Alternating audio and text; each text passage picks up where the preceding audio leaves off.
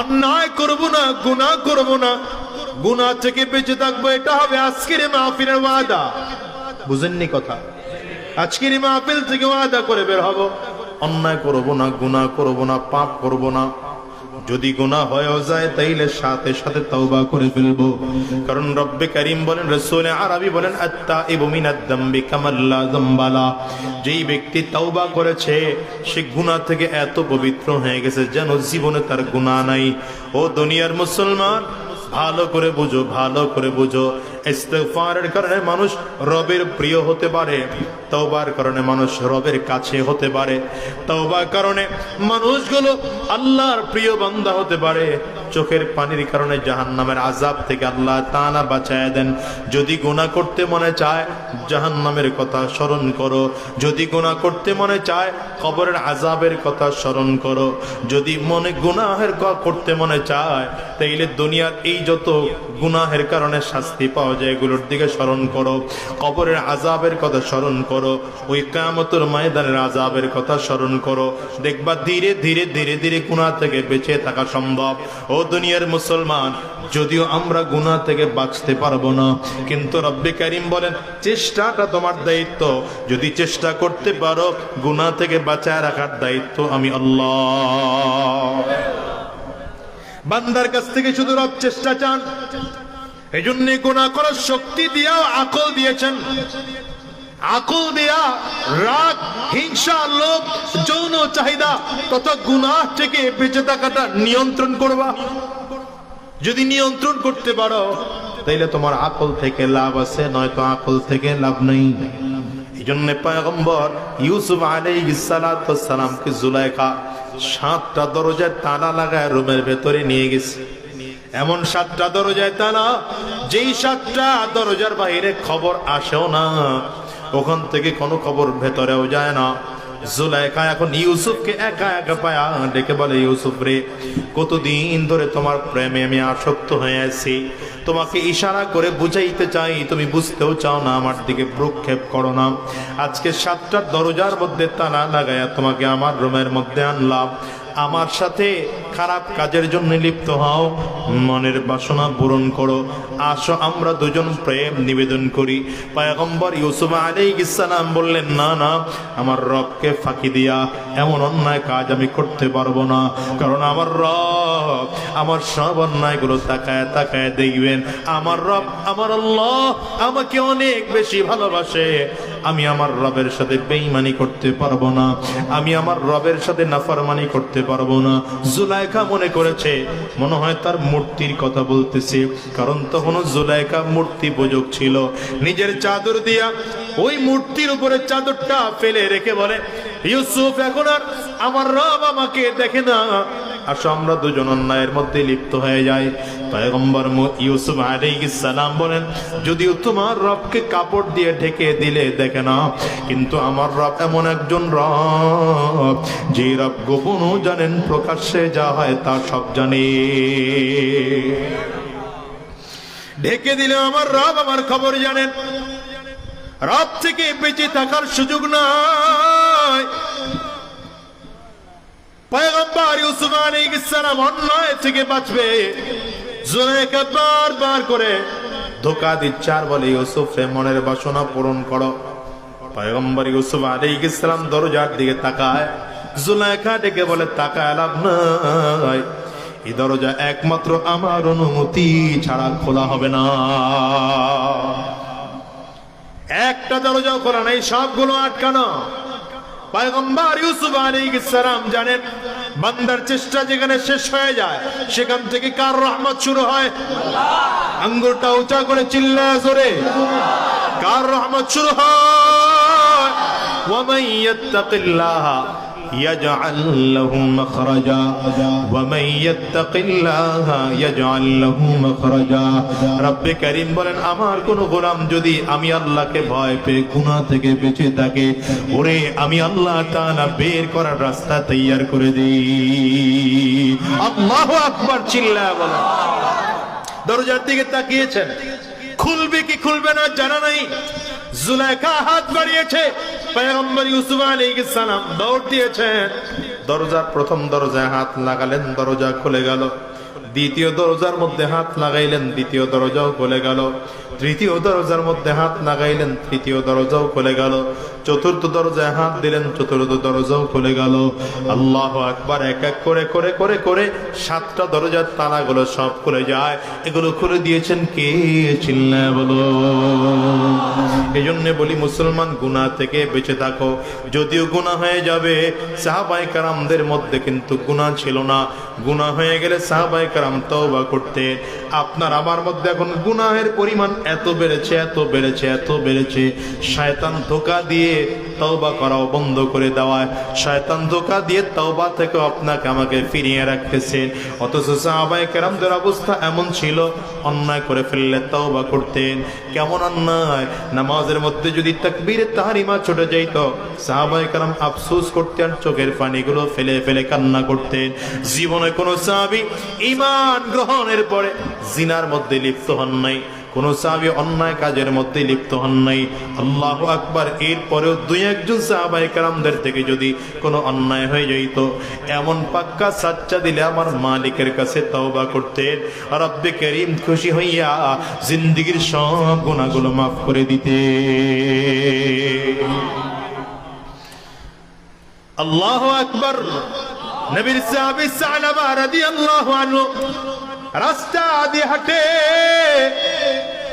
মহিলার দিকে নজর পড়ে গেল সালাবা রাদিয়াল্লাহু আনহু। হযরত সালাবা পর্দা সরায় মহিলার হাত গিয়ে ধরলেন। এই অন্যায়ের শুধু এতটুকুই, হাত ধরেছেন, জিনাও করেন নাই, জিনার মধ্যে লিপ্ত হন নাই। কিন্তু ভালো করে বুঝবেন, চোখ দিয়ে বেগানা কোনো নারীর দিকে যদি খারাপ উদ্দেশ্যে কেউ তাকায়, চোখের জিনা হয়। হাত দিয়ে যদি বেগানা কোনো নারীকে খারাপ উদ্দেশ্য করে ধরে, হাতের জিনা হয়। পা দিয়ে যদি বেগানা কোনো নারীর দিকে হাঁটে হাঁটে, তো পায়ের জিনা হয়। অঙ্গ প্রত্যঙ্গ প্রত্যেকটার জিনা হয়। বেগানা কোনো নারীর অশ্লীল বাক্য যদি নিজের কান দিয়ে শোনে, তো কানের জিনা হয়। বেগানা কোনো নারীকে লক্ষ্য করে যদি চোখ দিয়া, এই জবান দিয়া অশ্লীল কথাগুলো বলে, এই জবানের জিনা হয়। সাহাবী যদিও ডাইরেক্ট জিনা করেন নাই, কিন্তু হাত দিয়া মহিলার হাতটা ধরেছেন, এতটুকু অন্যায়। শুধু মহিলা হাতটা ছেড়ে দিয়ে বলে, আল্লাহর বান্দা, কেমন অন্যায় তুমি করো। আমি না তোমার ভাইয়ের আমানত, আমি তো তোমার বিবাহিতা স্ত্রী নই, আমি তোমার ভাইয়ের বিবাহিতা স্ত্রী, সাবধান, এমন অন্যায় কাজ করো না। সাহাবীর হুঁশ ফিরে চলে আসছে, মদিনা থেকে দৌড়ায় পাহাড়ের চূড়ায় গিয়ে গর্তের মধ্যে লুকিয়ে লুকিয়ে কান্না আরম্ভ করেছে। কেন গর্তের মধ্যে চলে গেলেন? মদিনায় আর থাকবেন না, কোন সাহাবায়ে কেরামদের সামনে আর দাঁড়াবেন না, নবীর সামনেও দাঁড়াবেন না। কারণ এই খবর যদি নবীর কান পর্যন্ত পৌঁছে যায় যে আপনার সাহাবী অন্যায় করে কোনো মহিলার দিকে খারাপ নজরে হাত দিয়েছে, এই সাহাবী সালাবা রাদিয়াল্লাহু আনহু বড় ভয় পায়।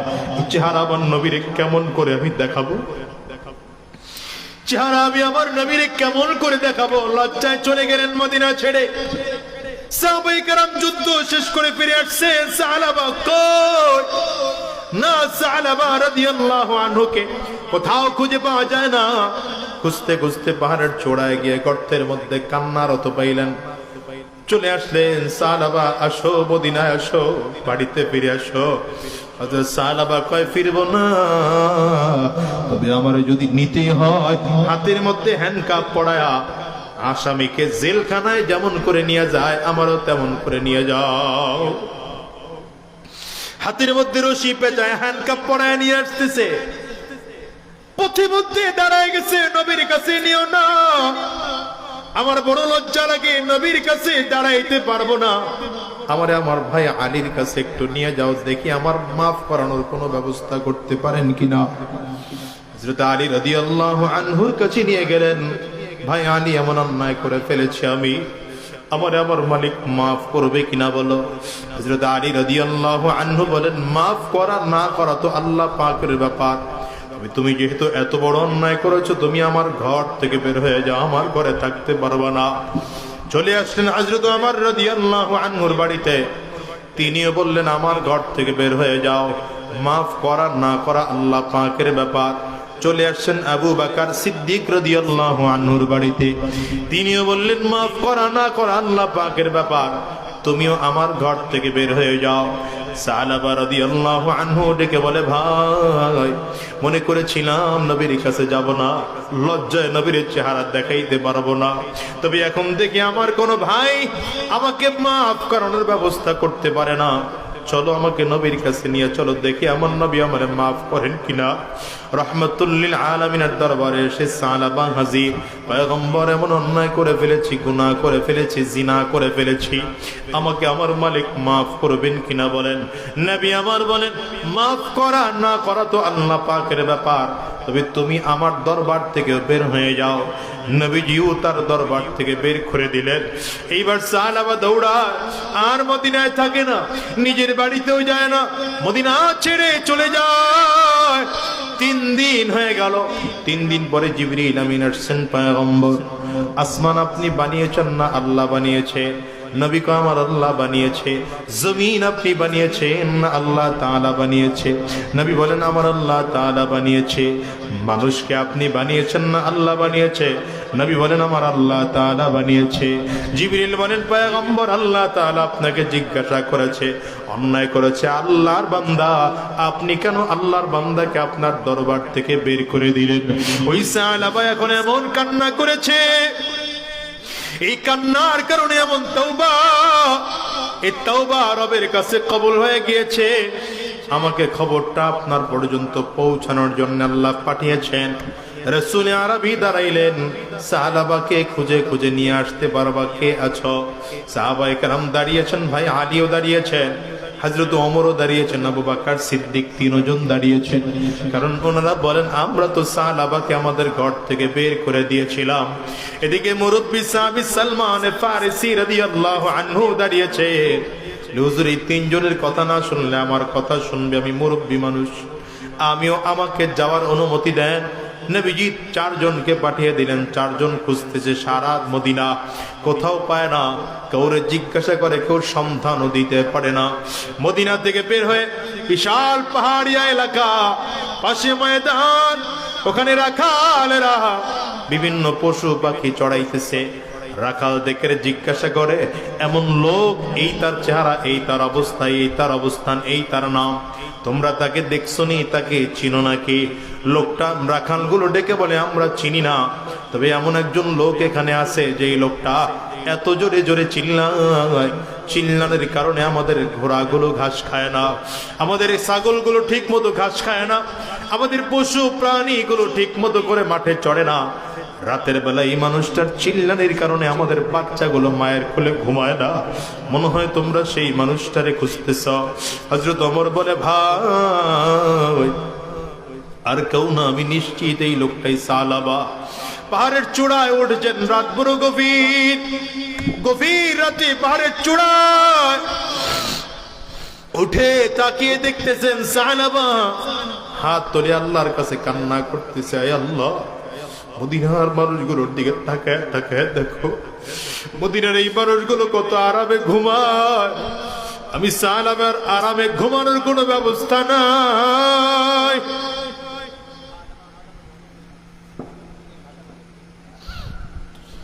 মদিনার এই মানুষগুলো বাচ্চা কোলের মধ্যে নিয়ে ঘুমায়, আমি আমার সন্তানকে কোলের মধ্যে নিয়ে ঘুমাইতেও পারতেছি না।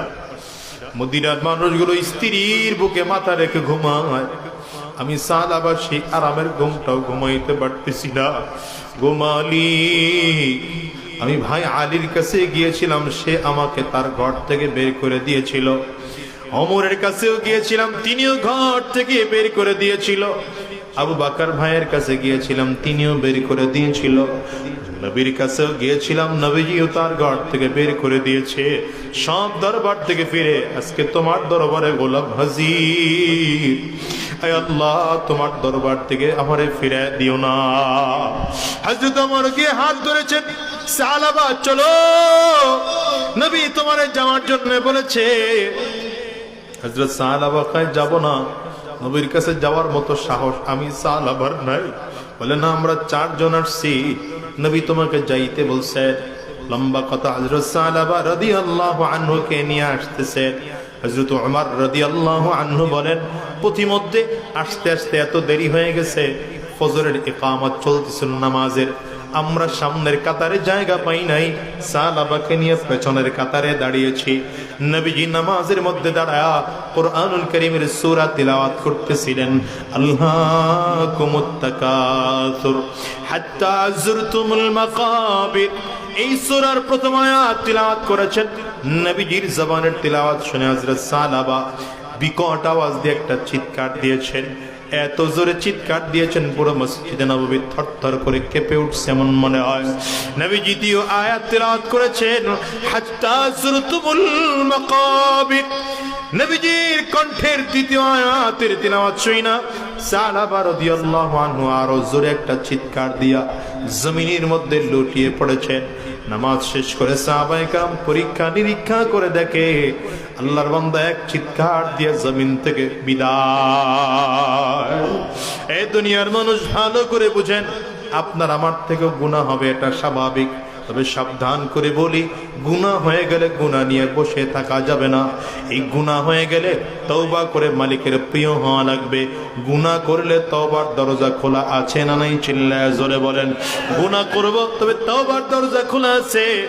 রবের কাছে পাক্কা সাচ্চা দিলে তওবা করেন আর রবকে ডেকে বলেন, আল্লাহ আর শয়তানি রাস্তায় চলবো না, হারাম রাস্তায় চলবো না, আর জিনার রাস্তায় চলবো না, সুদের কারবার করব না, ঘুষের কারবার করব না। যতদিন এই জমিনের মধ্যে বেঁচে থাকবো তোমার গোলামি করব। কারা কারা তৈয়ার সুবাজান, দুই হাত উঁচা করে আমার আল্লাহরে দেখাও। আওয়াজ দিয়ে জবান খুলে ডেকে বলো আল্লাহ। আরো জোরে জবান দিয়ে ডেকে বলো আল্লাহ। আরো জোরে জবান খুলে বলো আল্লাহ। ওগো দয়ার মালিক,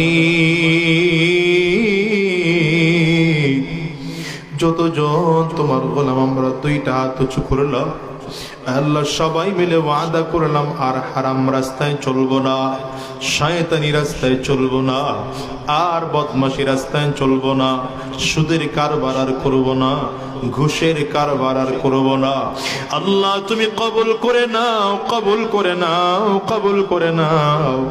জবান খুলে বলো আমিন। আরো জোরে আওয়াজ দিয়া চিল্লা বলো আল্লাহুম্মা আমিন। হাতগুলো নামান আমার ভাইয়েরা। রাত মোটামুটি অনেক হয়ে গেছে, প্রায় 11:30 বেজে গিয়েছে। সুতরাং আপনাদেরও কষ্ট হচ্ছে, আমারও কষ্ট হচ্ছে। আমি যে কথা বুঝাতে চেয়েছিলাম, এই দুনিয়ায় আল্লাহ তাআলা তো গুনাহ করার শক্তি দিয়ে পাঠাইছেন, তবে আকলও দিয়েছেন। সাবধান, গুনাহ করব না, আকল দিয়ে গুনাহ থেকে বেঁচে থাকবো। যেখানে আকল যথেষ্ট না, সেখানে কোরআন ও সুন্নাহ অনুযায়ী উলামায়ে কেরামদের থেকে আমল শিখে শিখে গুনাহ থেকে বাঁচবো। রাজি তো ইনশাআল্লাহ? আল্লাহ আমাদের সকলকে তৌফিক দান করুন, বলেন আমিন। কোনো কথা নাই তো? সবাই তওবার নিয়তে ইস্তিগফার করেন। আস্তাগফিরুল্লাহ পড়েন, সবাই পড়েন আস্তাগফিরুল্লাহ রাব্বি মিন কুল্লি যামবিন ওয়া আতুবু ইলাইহি লা হাওলা ওয়ালা কুওয়াতা ইল্লা বিল্লাহিল আলিয়্যিল আযীম। আরেকবার পড়েন আস্তাগফিরুল্লাহ রাব্বি মিন কুল্লি যামবিন ওয়া আতুবু ইলাইহি লা হাওলা ওয়ালা কুওয়াতা ইল্লা বিল্লাহিল আলিয়্যিল আযীম। আলহামদুলিল্লাহি রাব্বিল আলামিন। والصلاة والسلام على سيد الأنبياء والمرسلين. ربنا ظلمنا أنفسنا وإن لم تغفر لنا وترحمنا لنكونن من الخاسرين. ربنا لا تزغ قلوبنا بعد إذ هديتنا وهب لنا من لدنك رحمة إنك أنت الوهاب. رب ارحمهما كما ربياني صغيرا.